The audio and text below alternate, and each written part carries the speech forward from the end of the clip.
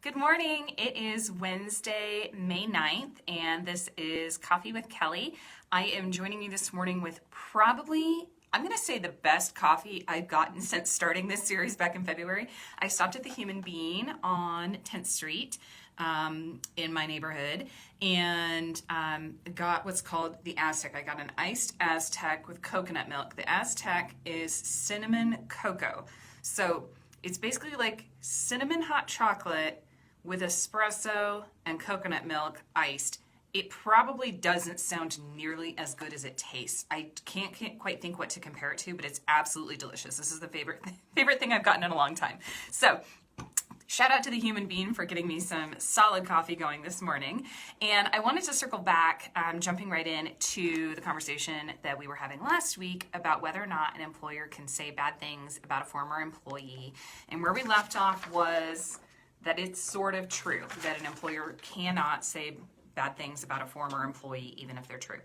I had the opportunity to do a little digging around, talk with a couple people about it, and I'm going to promote it from sort of true to fact. For the same reasons that I thought it was sort of true last week, but just sort of feeling a little bit more confident about my assessment that the employer was going to be exposed to liability for blacklisting, so negatively speaking about the employee and trying to keep them from getting a job, and for defamation. So just wanted to let you know I've got the rest of the story, and the rest of the story is that it's fact. An employer cannot say bad things about a former employee after they leave the employer.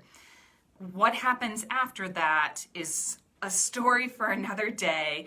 If you are experiencing that, or if you've left a job and you think that's happening, call my office, because there really are severe consequences for the employer and harm that obviously is caused to the potential employee who's out there looking for another job. And I want to talk to you about what you do after that happens, after an employer is making bad statements about you, or you think they're making bad statements about you, or you're worried they'll make bad statements about you. So the other myth that someone asked about, I kind of covered in my very first video, which was clear back in early February, and I will put a link to it in the comments below this video so you can watch the somewhat more elaborate video. But the question was, can an employer fire you for no reason? Colorado, like many, if not most, states in the United States, is an at-will employment state. So if an employee does not have a contract, or they're not a union employee, they can be fired for any reason, as long as it's not a bad reason. So I'm going to call this one sort of true. An employee can be fired for no reason. The sort of part of it is, if it's the real reason is no reason at all, they don't like your hair color, they just woke up one day and don't like you. As long as that's the real reason, totally fine to fire someone for no reason, or for a really silly reason like not liking your hair color. I've talked to people who felt they were treated differently than other employees. So speaking of hair color, one woman dyed her hair purple, they fired her, but they didn't fire another employee who dyed her hair red. But that's acceptable. So if it's the real reason, then it's true. If you don't have a contract, that's true. If you're not a member of a union, that's true. The other one that I'm going to toss in there is if you don't work for a government entity, and that can include things like a school district, working for Head Start, which is actually a federal program. So I'm trying to think of some of the more obscure examples, but yeah, if you work for the government in some capacity, city, county, state, federal government, or something that's kind of a quasi-governmental or part of government like a school district, then you're going to have some different rights, which is what makes me say sort of true as opposed to just flat out true, you can be fired for no reason.